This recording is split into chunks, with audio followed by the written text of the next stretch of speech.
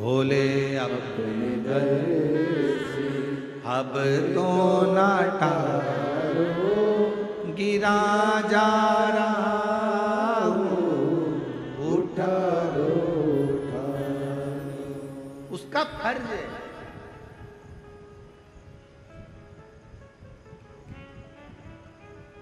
कितना एक संत ने कहा, हमने किसी के मुख से सुना,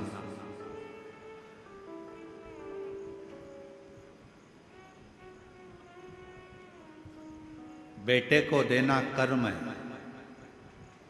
किसी के मुख से सुना था, बाप अगर बेटे को दे रहा है, जमीन दे रहा है, घर दे रहा है, प्रॉपर्टी दे रहा है, पैसा दे रहा है, बेटे को देना कर्म है, पर बेटी को देना धर्म है। अगर बेटे को दे रहा है तो वो अपना कर्म कर रहा है। जो पिताजी दादाजी कर गए जमीन अपने को देगा, अपन अपने औलाद को देगा। पर बेटी को अगर कोई बाप दे रहा है तो वो कर्म नहीं कर रहा, वो धर्म कर रहा है। अपनी बेटी को देकर अपने हाथों से पुण्य कर आगे बढ़ रहा, धर्म। इसीलिए शायद मेरे भोले बाबा भी यही क्रम करते हैं। इतनी सारी मेरी जीजियां आती हैं ना बेटियां, तो उनको देखकर धर्म उत्पन्न कर लेते हैं। ये देना मेरा धर्म है, आया है खाली ना चले जाए, इसकी झोली भरना, इसको खुशियां देना, इसको प्रदान करना, आया है।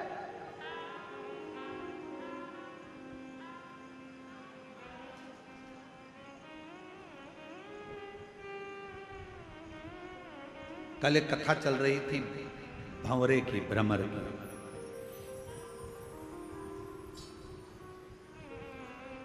शिवजी ने पार्वती जी से पूछा था कि बचपन में मैंने तुम्हारे पास में मधुमक्खी भेजी थी, भंवरा भेजा था।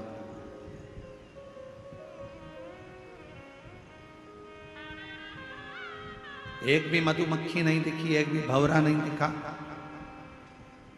वो मधुमक्खी वो भंवरे कहाँ चले गए?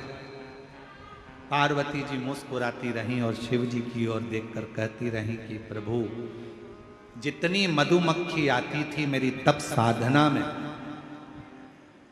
जब मैं शंकर भगवान के पार्थिव शिवलिंग का पूजन कर रही थी, और मधुमक्खी जितनी आती थी, जितने भंवरे आते थे, वो मुझे पास में आकर गुंजायमान होते थे, मेरे आसपास में घूमा करते थे।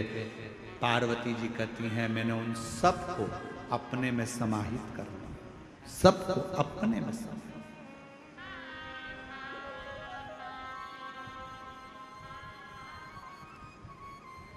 सबको अपने में समाया।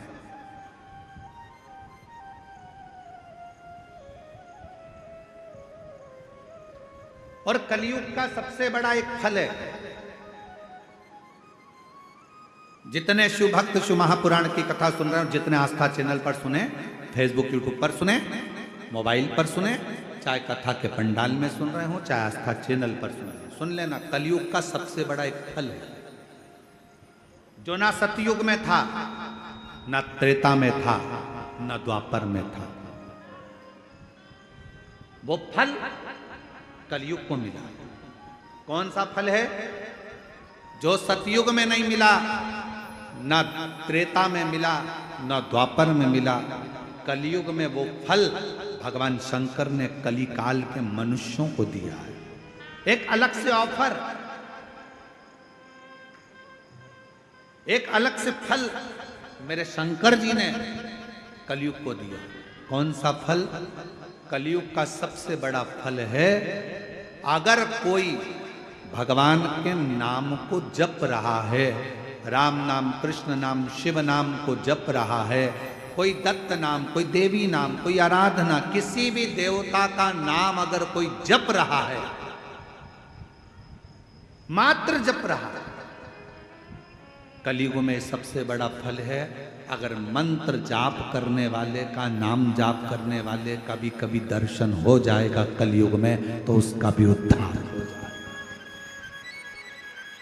ये कलयुग के लोगों के लिए है। सतयुग में नहीं था ऐसा, त्रेता में नहीं था, द्वापर में नहीं था। कलयुग में तुलसी बाबा ने लिख दिया, कलयुग केवल नाम आधारा। नाम जितना जपोगे, भगवान को जितना भजोगे, जितना नाम का स्मरण करोगे, उतना उतना संसार का भी कल्याण होगा और अपना भी कल्याण।